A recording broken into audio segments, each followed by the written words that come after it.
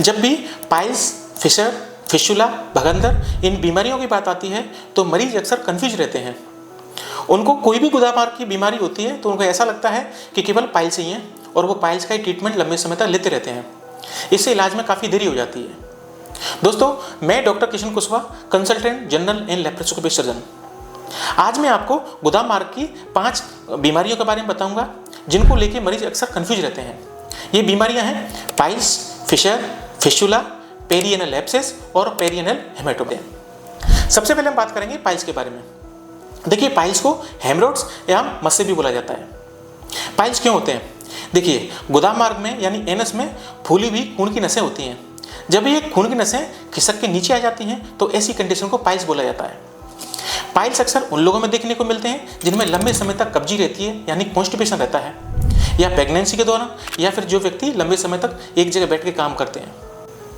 Piles के लक्षणों की बात करें तो पाइल्स के केस में लैट्रिन के साथ में चमकीला लाल कलर का खून आता है और पाइल्स अक्सर दर्द नहीं करते हैं। दूसरा, पेशेंट को लैट्रिन के साथ में कुछ मस्से जैसा बाहर निकलता हुआ भी महसूस होता है और पेशेंट को कभी कभी खुजली या जलन भी महसूस हो सकती है। पाइल्स के ट्रीटमेंट की बात करें तो अगर किसी व्यक्ति को ग्रेड 1 और ग्रेड 2 पाइल्स हैं तो ये दवाइयों से, लाइफस्टाइल मॉडिफिकेशन से और डाइट चेंज से ही ठीक हो जाते हैं। लेकिन अगर किसी व्यक्ति को ग्रेड 3 और ग्रेड 4 पाइल्स हैं या फिर ग्रेड 1 और ग्रेड 2 पाइल्स हैं जो दवाइयों से ठीक नहीं हो रहे हैं तो ऐसी कंडीशन में सर्जरी की जाती है। पाइल्स की सर्जरी की काफ़ी विधियां होती हैं जिसमें ओपन हेमरेक्टोमी, लेजर टेक्निक या स्टेपलर टेक्निक द्वारा इसकी सर्जरी की जाती है। सेकंड हम बात करेंगे फिशर इन एनो। फिशर इन एनो को मलद्वार का चीरा या कट भी बोला जाता है। फिशर तब होता है जब कोई व्यक्ति हार्ड स्टूल पास करता है। अगर कोई व्यक्ति हार्ड स्टूल पास करता है तो उसकी वजह से गुदा में चीरा या कट लग जाता है। इसकी वजह से पेशेंट को स्टूल पास करते समय यानी लैट्रिन करते समय असहनीय दर्द होता है और ये दर्द काफ़ी घंटों तक रह सकता है और कभी कभी पेशेंट को ब्लीडिंग भी होती है। अगर फिशर के ट्रीटमेंट की बात की जाए तो फिशर के ट्रीटमेंट के लिए अगर एक्यूट फिशर है तो ये दवाइयों से ठीक हो जाता है, लेकिन अगर फिशर पुराना है, क्रोनिक फिशर है, तो ऐसे केस में सर्जरी की जाती है। फिशर की सर्जरी लेजर या फिर ओपन विधि किसी द्वारा की जा सकती है। तीसरी बीमारी है फिस्टुला इन एनो यानी भगंदर। फिस्टुला इन एनो के केस में एनस और उसके जो आसपास की स्किन होती है उसके बीच में एक एबनॉर्मल ट्रैक डेवलप हो जाती है यानी एक सुरंग बन जाती है।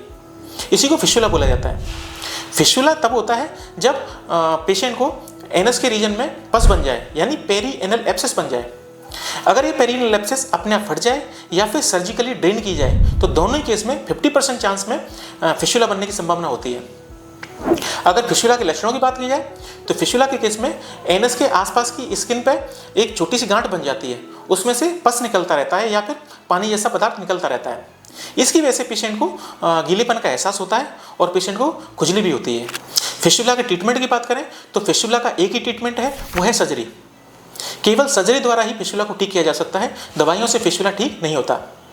फिस्टुला के लिए काफ़ी टाइप्स की सर्जरी की जाती है जिसमें fistulectomy, fistulotomy, laser surgery, flap surgery, flap surgery, ये बहुत सारे टाइप्स होते हैं। चौथी बीमारी है पेरीएनल एब्सेस।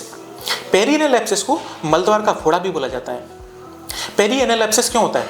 देखिए, जो एनस होता है यानी गुदामार्ग होता है उसमें 8 से 10 ग्रंथियाँ होती हैं जिन्हें एनल ग्लैंड बोलते हैं।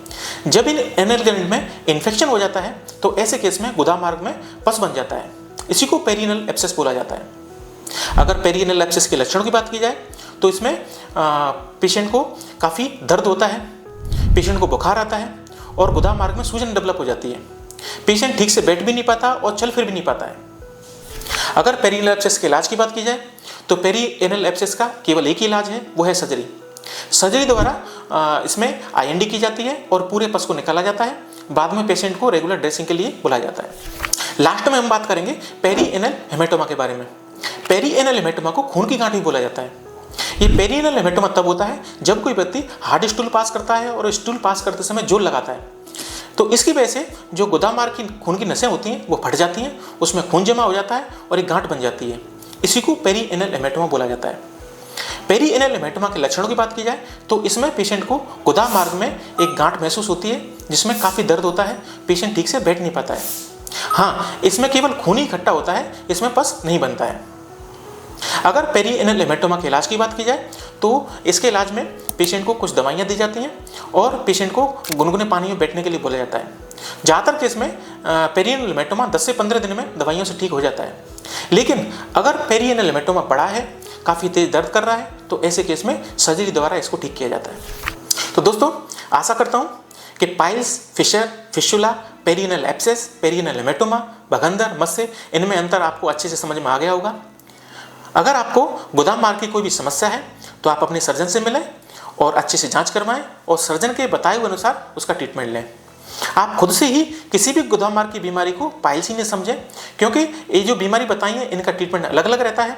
और अगर आप इसको पाइल्स समझते हैं और उसका ट्रीटमेंट लेते रहते हैं तो इससे इलाज में देरी हो जाती है और आपको परेशानी का सामना उठाना पड़ता है। चलिए दोस्तों, मिलते हैं नेक्स्ट वीडियो में। Thank you.